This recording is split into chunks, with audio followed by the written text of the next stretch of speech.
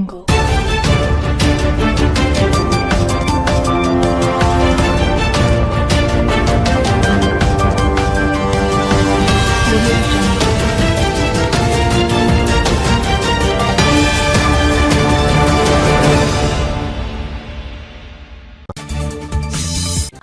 আলাইকুম প্রিয় দর্শক, স্বাগত জানাচ্ছি ব্রেকিং নিউজ বিডিএর আজকের আয়োজনে। শুরুতেই সংবাদ শিরোনাম। প্রথমেই জানিয়ে দিব, এদিকে ভারতের আদালতে শেখ হাসিনার মামলা অবশেষে চূড়ান্ত সিদ্ধান্ত নিল ভারত। এবার মাইনাস হয়ে যাচ্ছে বিএনপিও, পালাতে বাধ্য হবেন তারেক রহমান। এবার জানিয়ে দিব, সংসদ ভবন থেকে লোডশেডিং শুরু করার প্রস্তাব বিরোধী দলীয় নেতা শফিকুর রহমানের। এতক্ষণ শুনছিলেন সংবাদ শিরোনাম, এখন থাকছে বিস্তারিত। তার আগে ভিডিওটিতে একটি লাইক দিয়ে কমেন্ট করে জানিয়ে দিন আপনি আমাদের ভিডিওটি কোন জেলা থেকে দেখছেন বা শুনছেন। সাম্প্রতিক রাজনৈতিক প্রেক্ষাপটে একটি গুরুত্বপূর্ণ প্রশ্ন সামনে চলে এসেছে। শেখ হাসিনাকে ঘিরে যে আইনি ও কূটনৈতিক আলোচনা চলছে, সেটি কি শেষ পর্যন্ত ভারতের আদালতে গড়াতে পারে, এবং যদি গড়ায় তাহলে কী ধরনের সিদ্ধান্ত আসতে পারে? একই সঙ্গে এই আলোচনার প্রভাব পড়ছে বাংলাদেশ জাতীয়তাবাদী দল বিএনপি এবং এর শীর্ষ নেতৃত্বের ওপরও।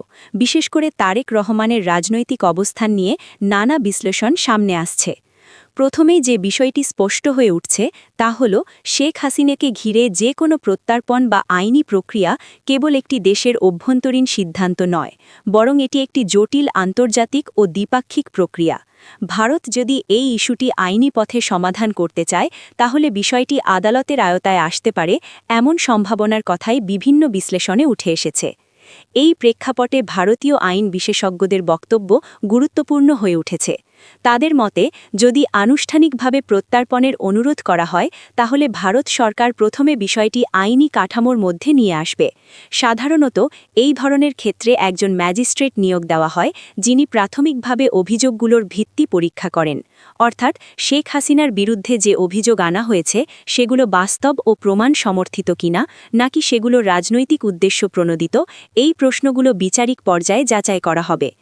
আইনজীবী উজ্জয়িনী চ্যাটার্জির বিশ্লেষণ অনুযায়ী, আদালত সরাসরি কোনো রাজনৈতিক সিদ্ধান্ত দেয় না, বরং আইনি দৃষ্টিকোণ থেকে প্রমাণ ও যুক্তি মূল্যায়ন করে একটি সুপারিশ বা রায় প্রদান করে। এই রায় পরে সরকারের কাছে যায় এবং সরকার কূটনৈতিক ও রাজনৈতিক বিবেচনায় চূড়ান্ত সিদ্ধান্ত নেয়। অর্থাৎ আদালত এখানে একটি গুরুত্বপূর্ণ কিন্তু একমাত্র নির্ধারক নয়। সরকারের ভূমিকা সমানভাবে গুরুত্বপূর্ণ। এখানে আরেকটি বিষয় স্পষ্ট করা প্রয়োজন, প্রত্যর্পণ কোনো স্বয়ংক্রিয় প্রক্রিয়া নয়। দুটি দেশের মধ্যে চুক্তি, আন্তর্জাতিক আইন, মানবাধিকার ইস্যু এবং রাজনৈতিক সম্পর্ক সবকিছু মিলিয়ে একটি সিদ্ধান্ত গড়ে ওঠে। শেখ হাসিনার মতো উচ্চ প্রোফাইল রাজনৈতিক ব্যক্তিত্বের ক্ষেত্রে বিষয়টি আরও সংবেদনশীল হয়ে ওঠে। ফলে শুধুমাত্র আদালতের রায় নয়, বরং কূটনৈতিক আলোচনাও সমান্তরাল চলার সম্ভাবনা থাকে। এই পুরো প্রক্রিয়ার মধ্যে একটি বড় প্রশ্ন হচ্ছে, এটি কি শুধুই আইনি বিষয়, নাকি এর পেছনে রাজনৈতিক বাস্তবতা কাজ করছে? বিশ্লেষকদের মতে, বাস্তবতা হল, এই ধরনের ইস্যুতে আইন ও রাজনীতি একে অপরের সঙ্গে গভীরভাবে জড়িত, তাই চূড়ান্ত সিদ্ধান্তে উভয় দিকের প্রভাব থাকবেই। অন্যদিকে এই আলোচনার প্রভাব পড়ছে দেশের অভ্যন্তরীণ রাজনীতিতেও। বিশেষ করে বিএনপির ভবিষ্যৎ অবস্থান নিয়ে প্রশ্ন উঠছে। তবে এখানে একটি গুরুত্বপূর্ণ বিষয় হল, যে কোনো রাজনৈতিক দলের ভবিষ্যৎ নির্ধার হয় তাদের সংগঠন, নেতৃত্ব এবং জনসমর্থনের ওপর। কোনো একটি আন্তর্জাতিক ইস্যু সরাসরি একটি দলের অস্তিত্ব নির্ধারণ করে না, বরং এটি একটি বৃহত্তর রাজনৈতিক প্রক্রিয়ার অংশ হিসেবে কাজ করে। তারেক রহমানের প্রসঙ্গে যে কথাগুলো উঠছে, সেগুলো মূলত রাজনৈতিক বিশ্লেষণ বা বক্তব্যের অংশ। বাস্তবতা হল, কোনো নেতার অবস্থান বা ভবিষ্যৎ নির্ভর করে তার রাজনৈতিক কৌশল, দলীয় শক্তি এবং জনসমর্থনের ওপর। আন্তর্জাতিক কোনো ইস্যু সেই প্রক্রিয়াকে প্রভাবিত করতে পারে, কিন্তু এককভাবে নির্ধারণ করে না। সব মিলিয়ে বলা যায়, শেখ হাসিনাকে ঘিরে যে আইনি আলোচনা চলছে, সেটি একটি বহুস্তরীয় প্রক্রিয়া। এটি একদিকে যেমন আইনি কাঠামোর মধ্যে পরিচালিত হবে, অন্যদিকে তেমনি কূটনৈতিক ও রাজনৈতিক বাস্তবতাও এতে গুরুত্বপূর্ণ ভূমিকা রাখবে। ভারতের আদালতে বিষয়টি উঠলে সেখানে প্রমাণ, আইন ও মানবাধিকার বিষয়গুলো গুরুত্ব পাবে। এরপর সেই সিদ্ধান্ত সরকারের কাছে গিয়ে একটি বৃহত্তর নীতিগত সিদ্ধান্তের রূপ নিতে পারে।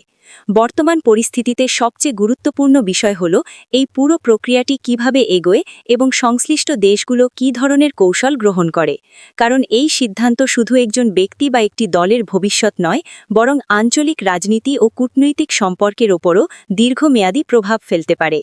দেশে জ্বালানি সংকটের কারণে বিদ্যুৎ উৎপাদন ব্যাহত হওয়ায় সাম্প্রতিক সময়ে লোডশেডিং পরিস্থিতি নতুন করে আলোচনায় এসেছে।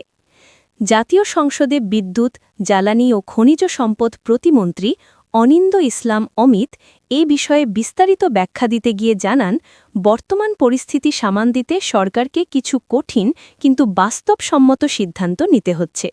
বিশেষ করে শহর ও গ্রামের মধ্যে বিদ্যুৎ সরবরাহে ভারসাম্য আনার লক্ষ্যে রাজধানীতেও পরীক্ষামূলকভাবে লোডশেডিং চালুর উদ্যোগ নেওয়া হয়েছে। প্রতিমন্ত্রী বলেন, শহরের মানুষ আরামে থাকবে আর গ্রামের মানুষ কষ্টে থাকবে, এটা কোনোভাবেই গ্রহণযোগ্য নয়। এই বক্তব্যের মাধ্যমে তিনি বিদ্যুৎ বণ্টনের সমতা প্রতিষ্ঠার প্রয়োজনীয়তার ওপর জোর দেন। তার মতে, দীর্ঘদিন ধরে গ্রামীণ অঞ্চলে বিদ্যুৎ সংকট বেশি প্রকট থাকলেও শহরে তুলনামূলক সুবিধা পাওয়া গেছে, কিন্তু বর্তমান সংকট এমন পর্যায়ে পৌঁছেছে যে সবার জন্যই কিছুটা ত্যাগ স্বীকার করা জরুরি হয়ে পড়েছে। সংসদে দেওয়া তথ্যানুযায়ী একদিনে বিদ্যুতের মোট চাহিদা ছিল প্রায় ১৬,০০০ মেগাওয়াট, কিন্তু উৎপাদন হয়েছে মাত্র ১৪,১২৬.৩৫ মেগাওয়াট, অর্থাৎ প্রায় ২,০৮৬ মেগাওয়াট ঘাটতি তৈরি হয়েছে। এই ঘাটতি পূরণ করার মতো পর্যাপ্ত জ্বালানি সরবরাহ না থাকায় বাধ্য হয়েই লোডশেডিংয়ের আশ্রয় নিতে হচ্ছে। প্রতিমন্ত্রী স্বীকার করেন, চলমান তীব্র গরমের মধ্যে এই লোডশেডিং সাধারণ মানুষের ভোগান্তি বাড়াচ্ছে এবং অনেকেই চরম দুর্ভোগের মধ্যে দিন কাটাচ্ছেন।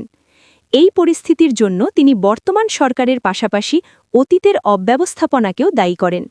তার ভাষায়, বিদ্যুৎ উৎপাদন ক্ষমতা কাগজে কলমে যতটা দেখানো হয়, বাস্তবে তা পুরোপুরি কার্যকর নয়।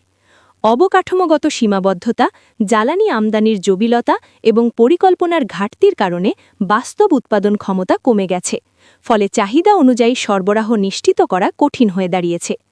এদিকে সংসদ অধিবেশনে বিরোধী দল নেতা ও জামায়াতের আমির ডাক্তার শফিকুর রহমান লোডশেডিং প্রসঙ্গে ভিন্নধর্মী একটি প্রস্তাব দেন।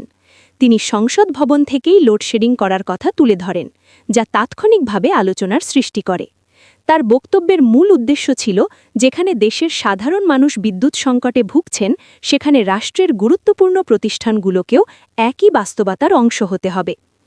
তবে স্পিকার হাফিজ উদ্দিন আহমেদ এ বিষয়ে তাৎক্ষণিক প্রতিক্রিয়া জানিয়ে বলেন, সংসদের কার্যক্রম বন্ধ রাখা সম্ভব নয়। এর জবাবে বিরোধী দল নেতা স্পষ্ট করেন যে তিনি সংসদ অধিবেশন নয়, বরং সংসদ ভবনের বিভিন্ন অফিসে সীমিত আকারে লোডশেডিংয়ের কথা বলেছেন। এতে বোঝা যায়, তিনি মূলত প্রতীকীভাবে একটি বার্তা দিতে চেয়েছেন, সংকটের সময় সবাইকে সমানভাবে দায়িত্ব নিতে হবে। এই পুরো আলোচনা থেকে স্পষ্ট যে দেশের বিদ্যুৎ খাত বর্তমানে একটি চ্যালেঞ্জিং সময় পার করছে। একদিকে জ্বালানি ঘাটতি, অন্যদিকে বাড়তি চাহিদা। এই দুয়ের চাপ সামলাতে সরকারকে তাৎক্ষণিক এবং দীর্ঘমেয়াদী উভয় ধরনের পদক্ষেপ নিতে হবে। স্বল্প মেয়াদে লোডশেডিং হয়তো পরিস্থিতি নিয়ন্ত্রণে রাখতে সাহায্য করবে, কিন্তু স্থায়ী সমাধানের জন্য প্রয়োজন জ্বালানি উৎসের বৈচিত্র্য, উৎপাদন অবকাঠামোর উন্নয়ন এবং দক্ষ ব্যবস্থাপনা। সব মিলিয়ে বর্তমান পরিস্থিতি শুধু একটি প্রযুক্তিগত বা অর্থনৈতিক সমস্যা নয়, এটি নীতি, পরিকল্পনা এবং বাস্তবায়নের সমন্বয়ের একটি বড় পরীক্ষা। সরকার, বিরোধী দল এবং সংশ্লিষ্ট সব পক্ষ যদি সমন্বিতভাবে কাজ করে, তাহলে এই সংকট কাটিয়ে ওঠা সম্ভব, এমনটাই আশা করছেন বিশ্লেষকরা।